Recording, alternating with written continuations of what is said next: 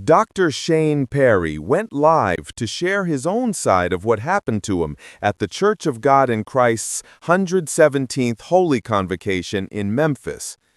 In his video, he showed clips of himself being escorted out of the building, and at one point he was even seen in handcuffs.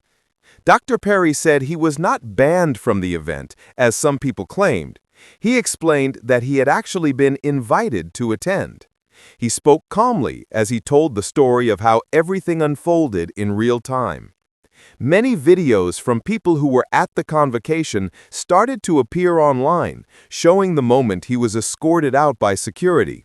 Those clips quickly spread across social media, drawing attention and sparking debates. Dr. Perry said he wanted to clear the air and let people know the truth about what really happened instead of letting rumors take over. During his live video, he also responded to Bishop Talbert Swan. Bishop Swan had recently spoken during the convocation and strongly criticized YouTubers and online gossip channels that were talking about church issues. Many people online believed Bishop Swan's remarks were aimed at the growing social media conversations and drama that surrounded the convocation, including what happened with Dr. Perry. Dr. Perry, however, felt that Bishop Swan's words were directed toward him personally. He said it seemed like Swan was trying to target him instead of understanding his situation. To defend himself and prove his point, Perry showed messages and chats that he said supported his story. He even posted reels and screenshots of his conversations to back up his account of the events. He told his viewers that he didn't deserve the way he was treated, especially since he was invited to the event. He wanted everyone to see the full story from his perspective, not just the clips or rumors spreading online. Throughout his live video, Perry kept emphasizing that he came in peace and only wanted to worship and participate in the convocation like everyone else. As he played his video clips and shared his messages, he explained what was happening in each moment, showing how things escalated. He repeated that he never caused any trouble or disrespected anyone, but was still removed publicly. The fact that videos of his escort and handcuffing were all over the internet made it even harder for him, as people began making assumptions.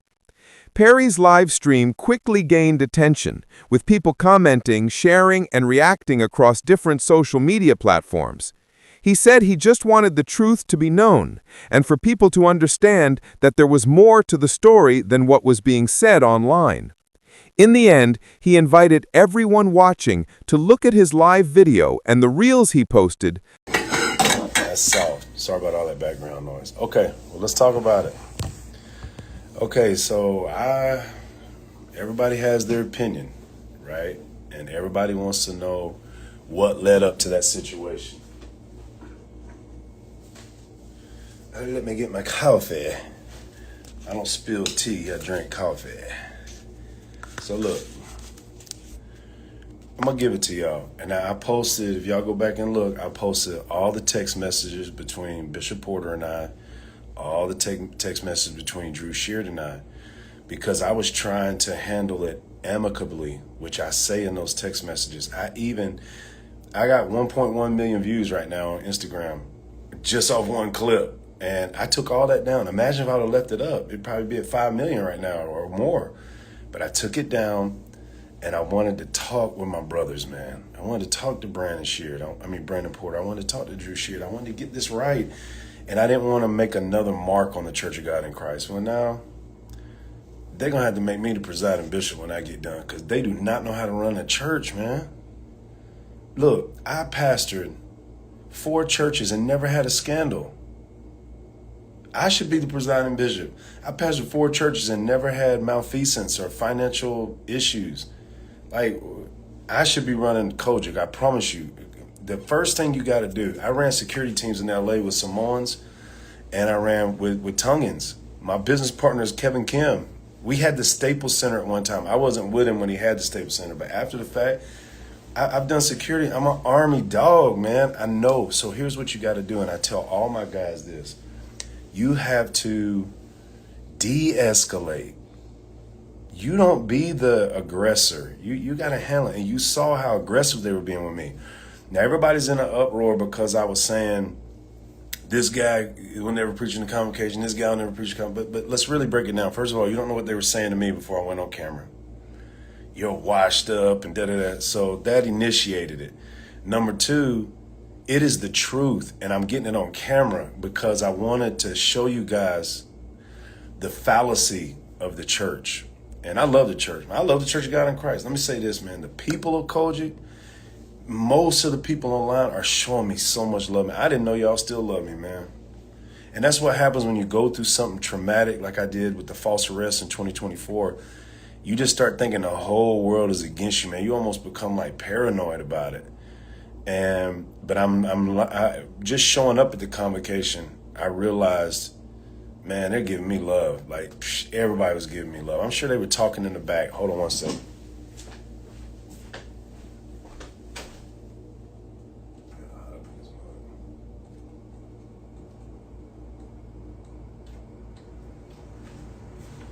Sorry, guys.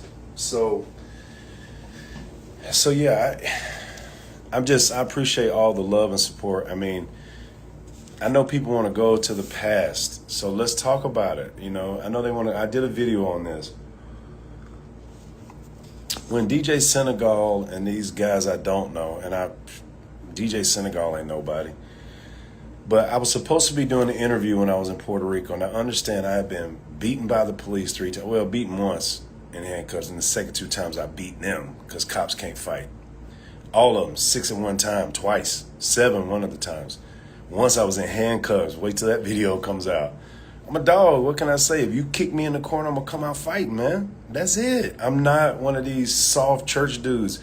Yes, sir, Bishop. Yes. No, you violated, man. So when I got assaulted, it traumatized me. Think about it. For 31 years, y'all didn't even know I was in the Army. I never told anybody. My kids didn't know anything about my mama. I was showing her all my awards and my medals. I gave them to her. And she was like, Shane, I had no idea. I said, I know. I kept it from you guys because what I saw in combat, man, was bad, but I think I seen worse in the church. I'm serious. And so here I am. I'm talking to a guy named Carlton. Can't think of his name. But anyway, he turned on me. Look, I thought he was being my friend. He said, man, go. I didn't know DJ Senegal was going to be on there. I would have never done the show. He said, go on and tell your story about what happened to you. Man, when I got on there, all they wanted to do is go at me. I'm already traumatized. And they took advantage of that. My own daughter was on my other phone like, Daddy, just get offline with him, Daddy. Don't let him do you like this, Daddy. Don't let the world see you like this, Daddy. She was only 14. And I did. I got off. And they kept trying to get me back on because they want salacious material. They want to see a man broken and wounded and see what they can pull out of him. Well, you pulled the dog out. So, I mean, do you know how many people call me NIGGA on a daily basis? I was just called that by 4 different preachers yesterday in a loving manner. Somebody just sent me a message on Facebook because they know what's going on and what's being said, and they were like, I love you, NIGGA, and these are black people. So I hear this word all day, every day. I'm called this word all day, every day. That's what y'all are not taking into consideration. So it takes a lot of self-discipline to not say that word when that's all you're hearing. Like in Birmingham, the new thing, well, it's not new, but what they say here is, okay, that's what's up, Bit. Man, I was down here. I was like, what's up, Bit? How's it going, Bit? Because the lingo, association breeds assimilation. So for me, I always safeguarded against that word because I knew I may be cool with these guys saying it, but other people may be sensitive about it. And you can use the word, but I can't use the word. Got it. I don't want to use the word. But I was traumatized, and this man was challenging me, calling me out of my name, and he's gay as a $3 bill, man. I'm not going to sit up here and take that, and then I'm already traumatized. So if y'all want to hold me accountable for that one moment, over 31 years of ministry and 50 years on this planet, you want to hold that over my head, go ahead. Just know you need to understand what had happened to me that day. And the fact that I was in Puerto Rico, so they was in their mama's basement doing the live. I was on the beach in Puerto Rico. So the fact that I made it to Puerto Rico was a miracle. And it took God and my training to get me out of that situation, and I escaped. Now, all that is clear. I got one charge from that. Literally, it was the original charge was public intoxication. But when they sent me to the hospital after they assaulted me and beat me the first time, they drew my blood. So I kept telling them, if I'm drunk, do a breathalyzer. Oh, by the way, Kojik's trying to say I was drunk. Man, people that know me know I don't drink that much. Occasionally, but I'm not really a drinker. I don't even, it's not, it used to be, but it's not really my thing. I was not drunk, man. You think I'm going to come up in the convocation drunk? I would have kept my butt at home. I'm not controlled by alcohol. A drunk does that. An alcoholic would come to church drunk. I'm not an alcoholic, man. I don't need alcohol. I don't need it. In fact, I don't even enjoy it. I don't like really the way it makes me feel. But every once in a while, I like to socialize and have a mimosa at brunch, or maybe a beer every once in a while, or something. So I already dealt with why I was escorted out. I need to put those videos on TikTok. I'm sorry, I only got one up over there, but it's going stupid. I'm gonna put them all up. So let's talk about it. I just posted every text message between Brandon and I, every text message between Drew and I. And somebody said that, why is he saying Brandon and Drew? That's disrespectful. No, it's not. They call me Shane. Look, I got a clip up of Bishop Porter when I came to his church Sunday. This is how this all started. I was not coming to the convocation. I was invited. I was first invited before it started to hear Bishop Drew Shear preach. My friend Drew preach for Brandon Porter, who is my big brother, man. Still is. I even told him, I love you, man. But y'all just didn't handle it right. I love Drew Shear, man. They're honestly, man, they're solid guys. Now, they political? Yes. Have they been, I wouldn't say corrupted, but, when you're in that top leadership place, you deal with stuff that the sheep don't understand. And sometimes you have to make moves to protect the sheep, and they can't quite understand it because they don't see as far as the leader. And I'm saying this truthfully, that Brandon Porter's a great leader, man. He's a great leader. And Bishop Drew Shear, I believe, is a great leader. I've preached for these guys for years. I respect them, but they didn't handle this situation right. They should have got up and done a public apology the night they brought me back into the service after I was falsely arrested by those goons. They brought me right back in. Brandon had to come down, get me out of the cop car. They had slammed me against the cop car, handcuffed me in front of all the saints, in front of the convention center. Somebody videoed it too. I pray somebody sends me that video. Somebody was videoing the whole thing. And, they took my phone, but I got it up until they put me in cuffs. Then they put me in the back of the car, left me in there with no air conditioning for about 40 minutes. I'm trying to get them to turn the air on. Robbie Warren is out there telling me to calm down. I'm not upset. I was never upset through the whole process. You could see that. I was having an anxiety attack because I'm in handcuffs. So when you put a guy with anxiety and PTSD in handcuffs and all that, he starts trying to figure out how to get out of this situation, and it kicks all that in. So I was starting to hyperventilate. I saw all the signs. I'm very aware of my condition. And Robbie Warren's telling me to calm down, but I wasn't upset. I was having a panic attack.